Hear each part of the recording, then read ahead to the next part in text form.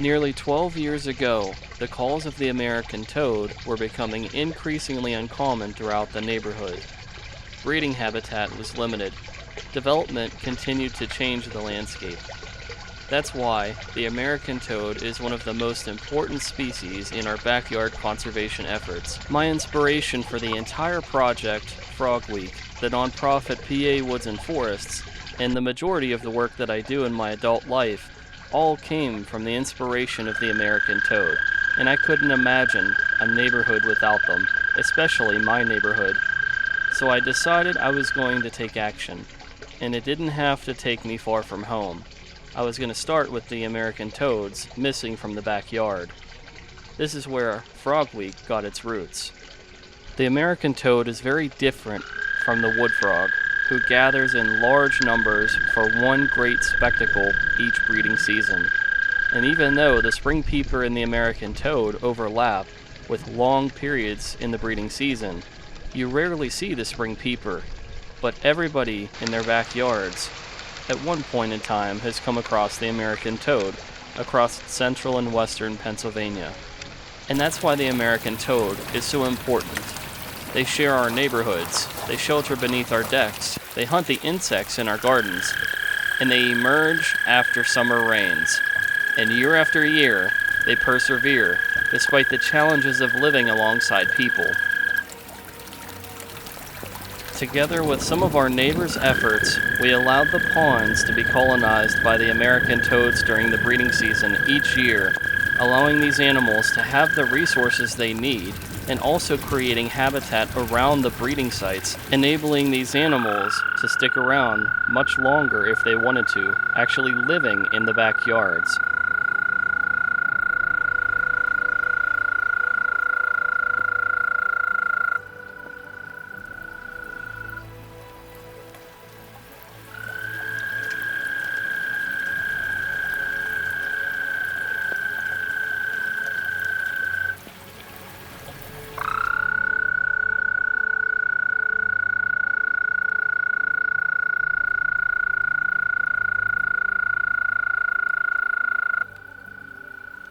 Despite their statewide abundance, I understand the challenges that these animals have in conflicts with humans, deforestation, and even domesticated pets.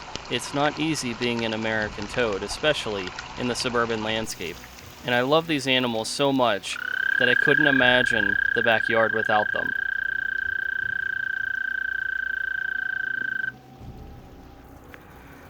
This is one of my favorite times of the year.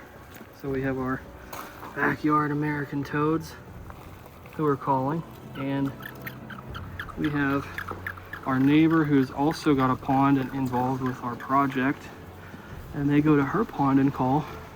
So we literally have multiple ponds for these toads to lay their eggs, and they've both been successful.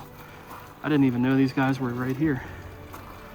But this is what a pair of American toads look like when they're in amplexus. Just wanted to share this with you guys. Figured I'd make the trip on the female a little bit easier because she was far enough away, it would have been uncomfortable to get to the pond. But we'll set them down and let them get to work. All right, we're gonna do something that I like to do in other populations. Look how beautiful these flowers are. Sorry, I'm not sidetracked, I promise. We're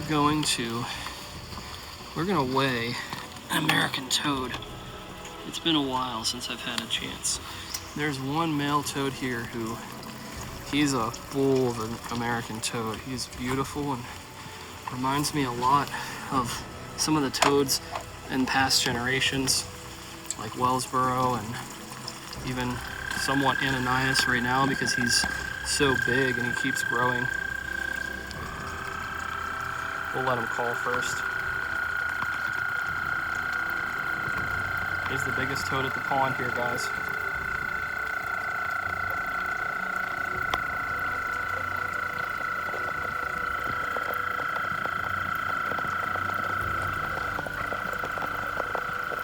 Long-winded too. Okay, let's get him. Come here, buddy. I just want to take your weight. Come here. Oh, yeah, you can grab me if that means. Oh, he's a big one. Look at that. 62 grams. Holy smokes, you're a big one. You're like the size of my toads. Look how big this guy is. Here, we'll get. Oh.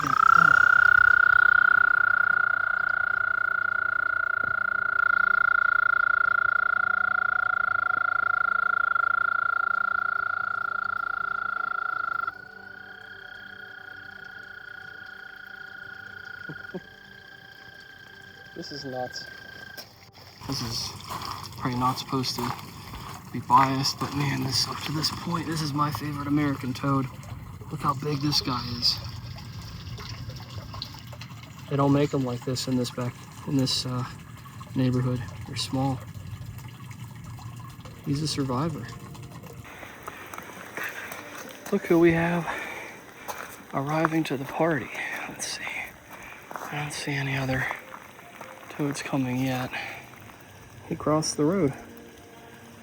This is notorious for a graveyard for American toads, sadly. All right. Toad number one, I know. You're a big guy too. We got toad two. I think I smell maybe a skunk. Look how beautiful this toad is. He's a big boy. There you go, buddy. Okay, come here. All right. Let me get your picture, sir. You're a little feller. I'm gonna put you over here as well. I didn't even realize they were both right next to each other. Can you find them? Guys, I have probably the biggest female toad I've ever seen, maybe even the biggest American toad. She's massive. This is such a big female. She's definitely carrying eggs, but just look at how she fits in my hand. That's like a bullfrog, for goodness sake. Beautiful toad. I actually had to really push my luck on the road tonight to stop on a busy road.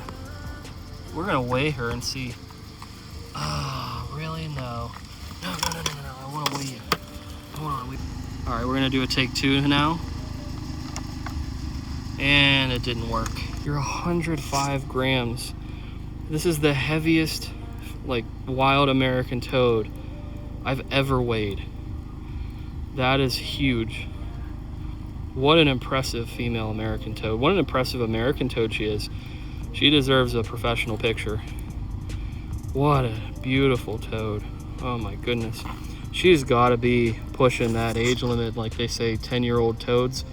I could see this being a significantly older American toad. That's perfect. There's water right here for you. Look at that. I can set you off. That is the perfect place to let you hydrate.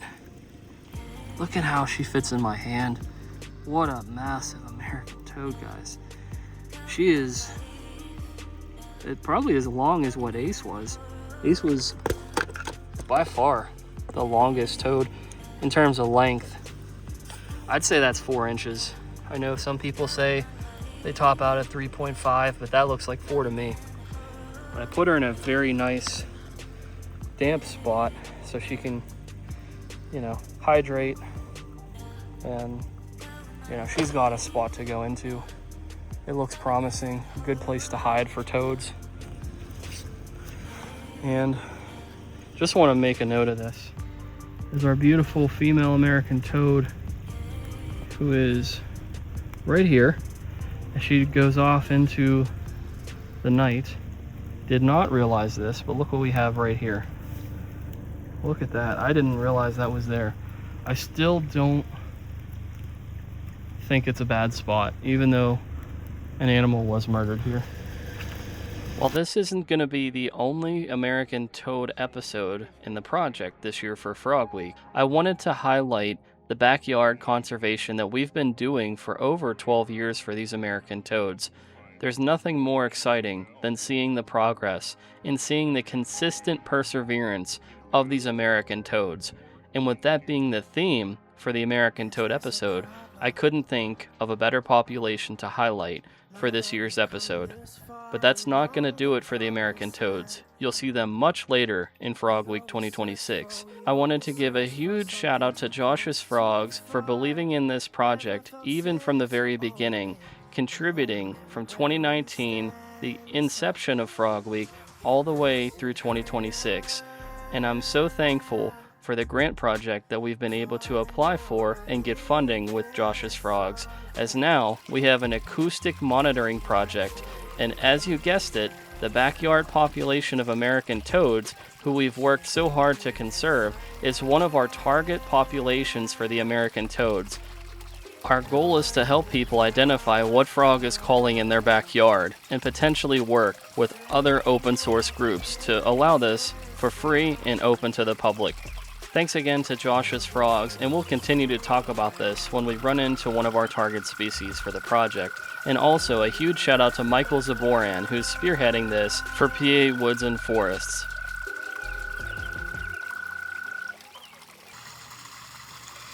So what you're looking at is the audio moth case for the audio moth recorder that is actually inside right now. And tonight, Easter Sunday, we are going to officially launch the first audio moth for our target species, one of them at least, the Eastern American toad. And some of the project is also to be filmed on the trail cams, which have been out here for about 4 days. They've recorded the life of these animals. I don't know what's happened all 4 days, all 24 hours. Like this guy swimming away here, probably picked up on the trail cam. But we're gonna set our audio moth recorder right next to it. I like to double up, but I don't have it right now because our other friend Michael, who is another member of PA Woods and Forests, he has some of them he's been programming. So I don't have all of them, but this is a beautiful night. The temperature is going to start to drop, so we're gonna get a move on. I'd like to go to as many locations as possible before that happens, just to see what we're looking at. But all right, let's get this Easter extravaganza on the road. That's going to do it for the American Toad episode of Frog Week 2026. Don't forget to like and subscribe and share with your friends, as these episodes are going to come out all week featuring different species and even some stories from Woods and Forests media. I'll also include some of the range maps that I found from the books and different literature that's been published. And don't forget to take a look at our iNaturalist project that showcases how widespread all the amphibians are on the project. But don't worry, we obscure and only provide county record data to hide all of the actual locations to protect these animals.